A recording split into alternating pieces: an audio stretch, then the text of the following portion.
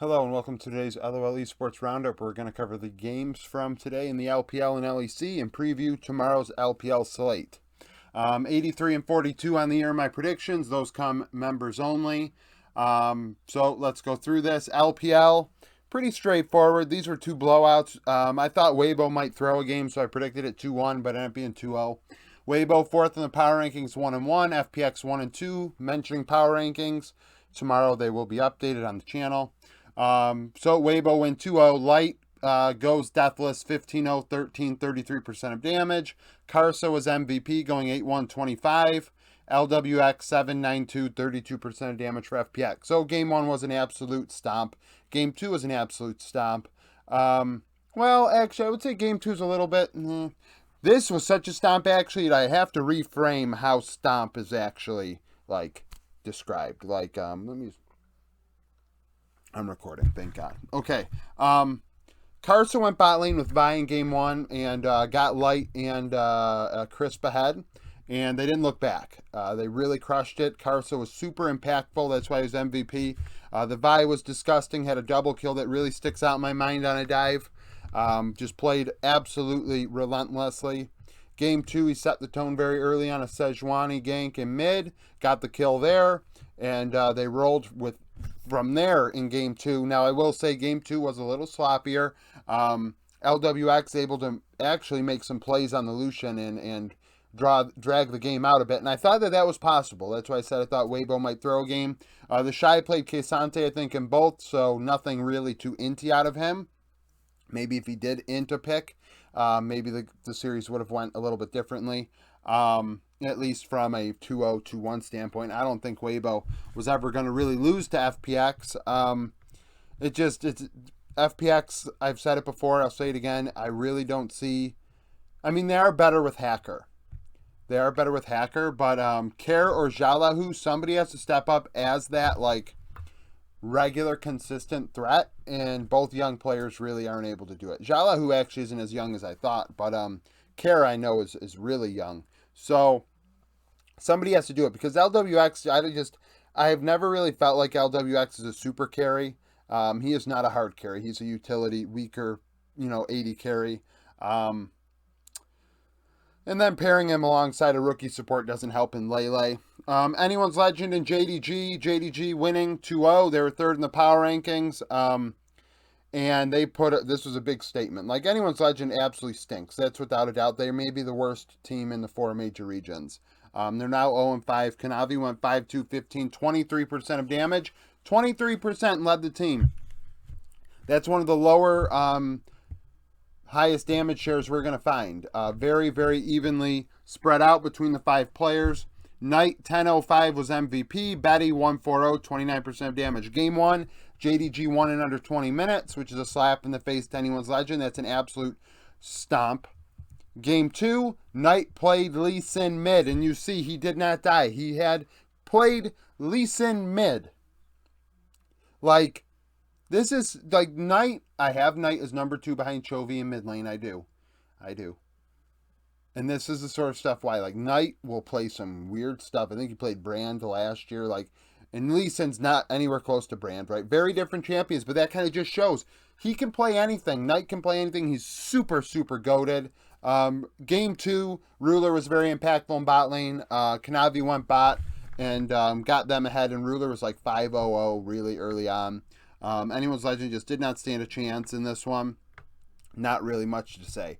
I mean, there is not much to say. As that was a big statement going into the power rankings tomorrow, because I have to, I'm going to have to mentally do the mental gymnastics of T1 and JDG at the top, pretty much. I doubt I'm going to, leapfrog Jen up there or anything, but tomorrow we'll get there. LEC, final day of winter regular split. So, this 3-week split deal. This is the end.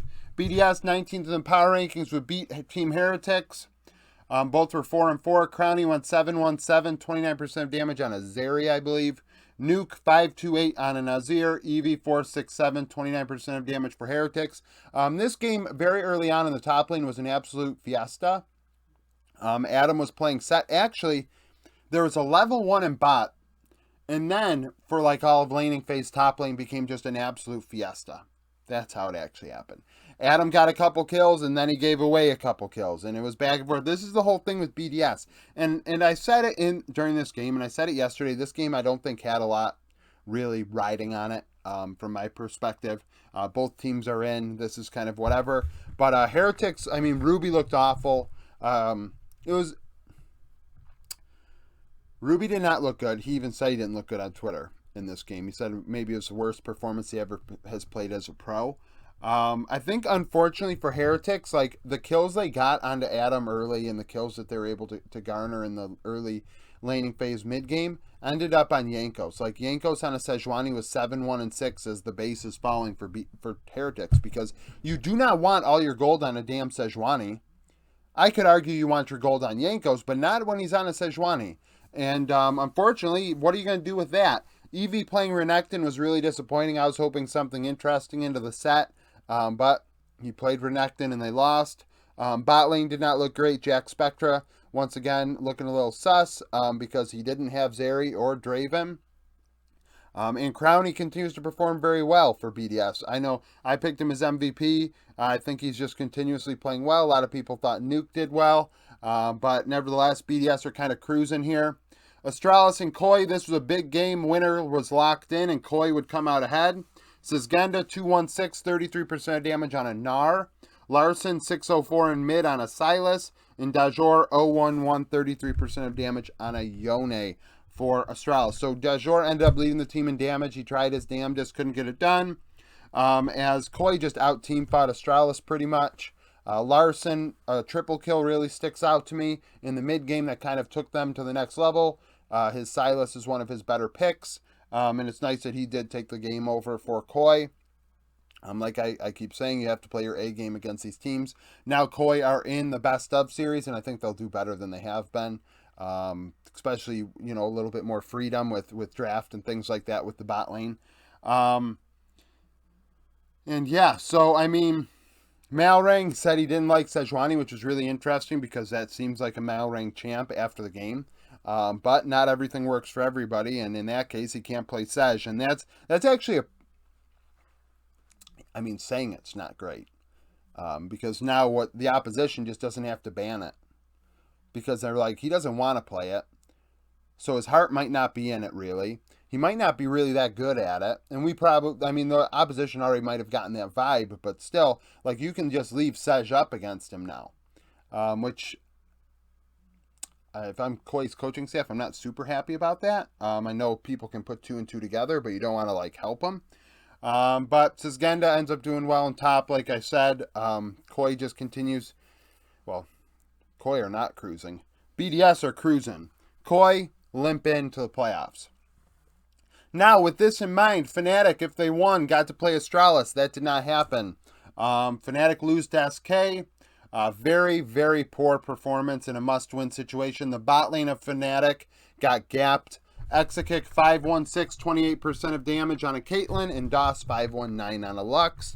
Humanoid had the most damage for Fnatic, going 043, 33% on an Azir. So, SK in the laning phase did what you've got to do with the Caitlyn Lux. They pushed Reckless and Rux away from the turret. Like, they threatened to dive, and Rux ended up staying under turret, but Reckless had to leave. He could not farm. He could not get XP. He ended up down 20, 30 CS. And from that point on, the Caitlyn just was ahead. You could not match the Caitlyn.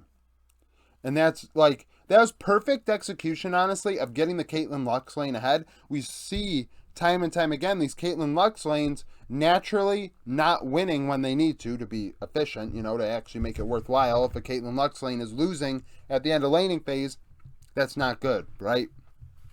And SK executed it perfectly. Honestly, I highlighted Exakick as MVP, but I think Marcoon deserves a lot of credit for going down there, spending a lot of time down there, making that conscious decision where a lot of other teams have not done that this year, and said this Caitlyn Lux lane needs to get ahead, and it worked out for them as Exakick and DOS carried once again for this team. The bot lane's playing fantastic. I say it every time. I think Exakick should really probably be rookie of the split, honestly. Between him and Photon, it's really hard. Everybody wanted to really like Bo, and after week 1, Yike was in that conversation. But really, I think Exakick and Photon are the two best rookies in the first 3 weeks. Fnatic-wise, they really, I mean, Wonder playing Camille, he had some good plays and then some really int plays. And it was like, they tried to put Wonder on a carry. You know, a finesse champion. They didn't want to put him on something like an Ornn or a Scion or a Gragas. They wanted to put him on something he could do something with. And he tried. He couldn't get it done. You know, and it's kind of shocking that Fnatic already had their press release prepared. The minute this was done, that press release went out. And all the players have a tweet going out and this and that. And it was like they all knew how bad it was going into today. And that kind of sucks in a way because you knew that they knew they were probably going to lose, which is like, you don't want that. You don't want that as a competitor. You don't want that mindset. And it's a thing. You know, Fnatic and Excel, we'll get to Excel when this is done here. The LEC format does not bode well for people that want to make changes outside of the LEC, outside of literally the LEC. And I'll get to that. So, Mad Lions and G2. Mad Lions 23rd, G2 15th, both 6-2. Winner is first seed. Mad Lions win. Carzzy 317, 30% of damage. Chasey 502 on Renekton was MVP. Broken Blade 011, 30% of G2's damage on a Karma. I think that says it all for G2. If your Karma has 30% of your damage, that's not good. I don't care if it's a Soul Lane Karma. I really don't. It was a really interesting draft. Once again, they pair the Karma and the Kindred. Swain mid. I'm not a big fan of Swain. Bot lane, once again, they did not have any front line.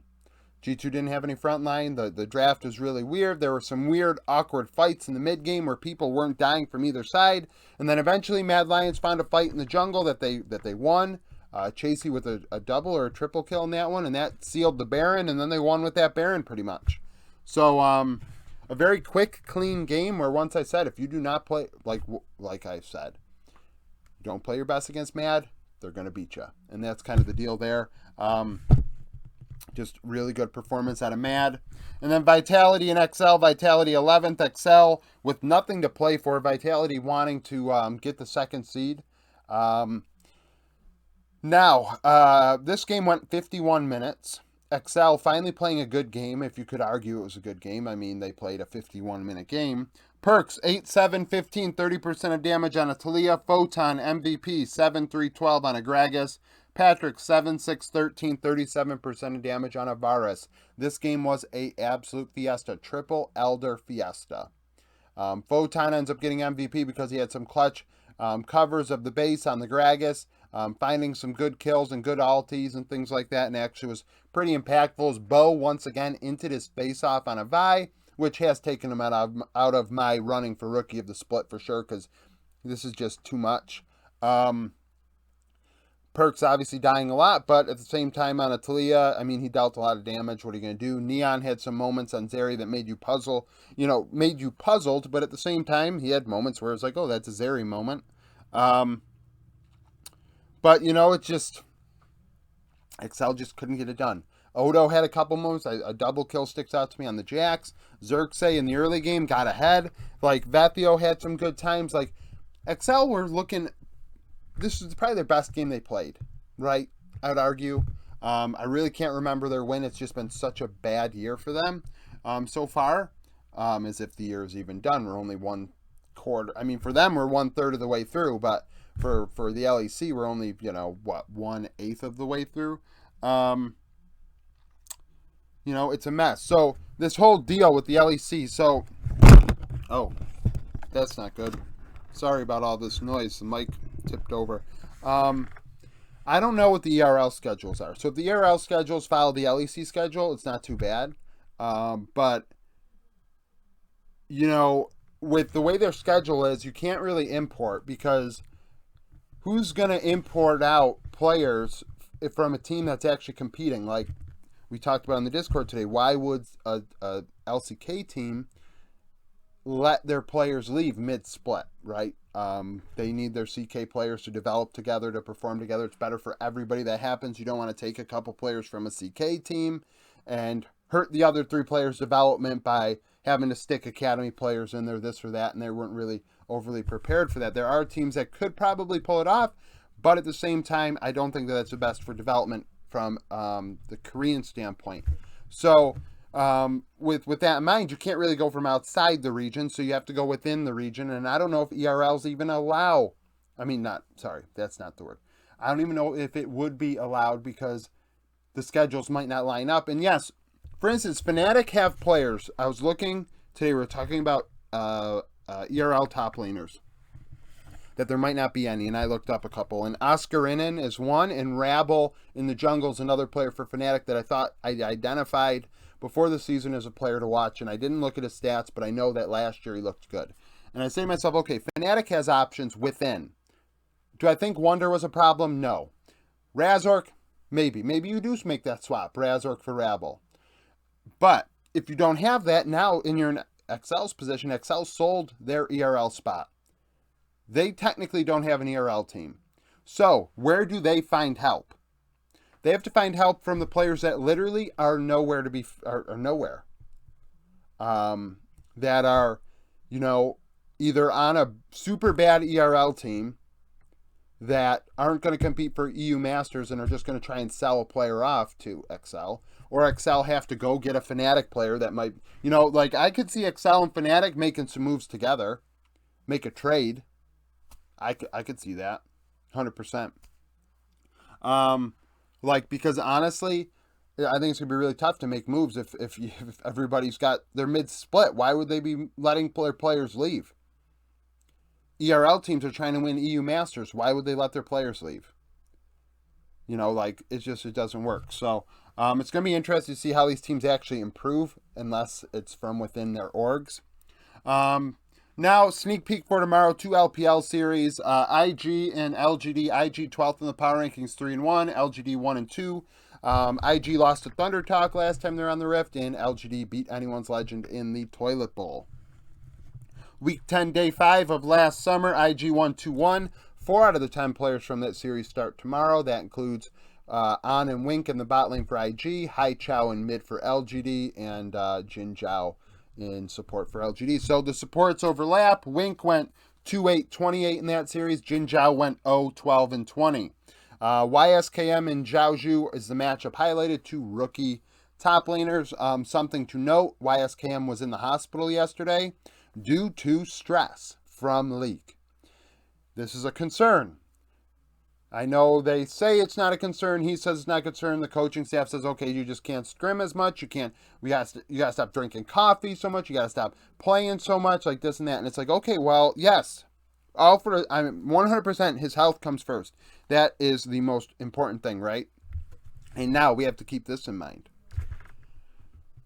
How much is not going to be scrimming splitting scrims? How much is going to hurt IG? How much is less solo queue time going to hurt IG? How much pressure is YSKM putting on himself that he, after losing to Thunder Talk, ended up playing so much solo queue trying to make his Jace better that he ended up putting himself in the hospital at his age? He looks like a pretty healthy kid. And he's pretty much a kid. He's only 18, 19 years old. It's an absolute shocker to me. I think that is something seriously, it's not funny, actually. It's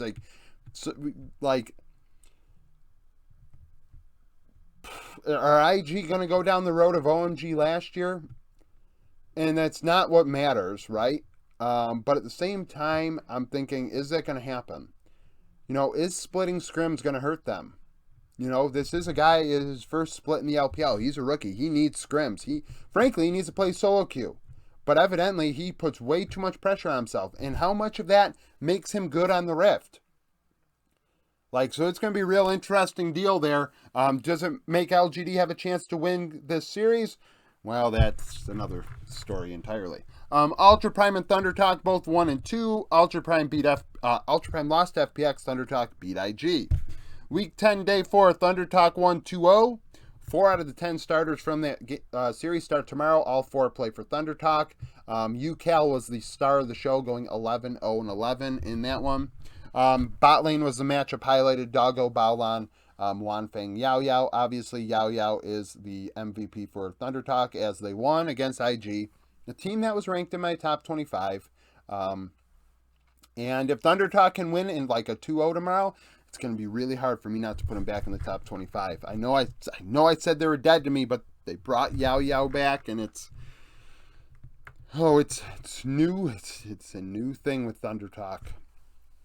I can't believe I have a team that I actually want to see throw in my top 25 that actually stinks, absolutely stinks.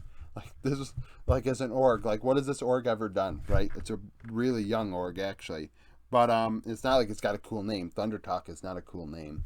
No offense, TT, it's not. So yeah, I mean, the bot lane's a matchup highlighted there. Doggo's obviously super talented. He just is.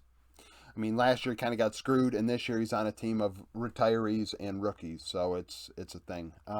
But that's it for the roundup today. Thank you for watching. If you liked the video, like it, subscribe to the channel for daily League of Legends content, follow me on Twitter, join the Discord, become a YouTube member, and thank you for watching.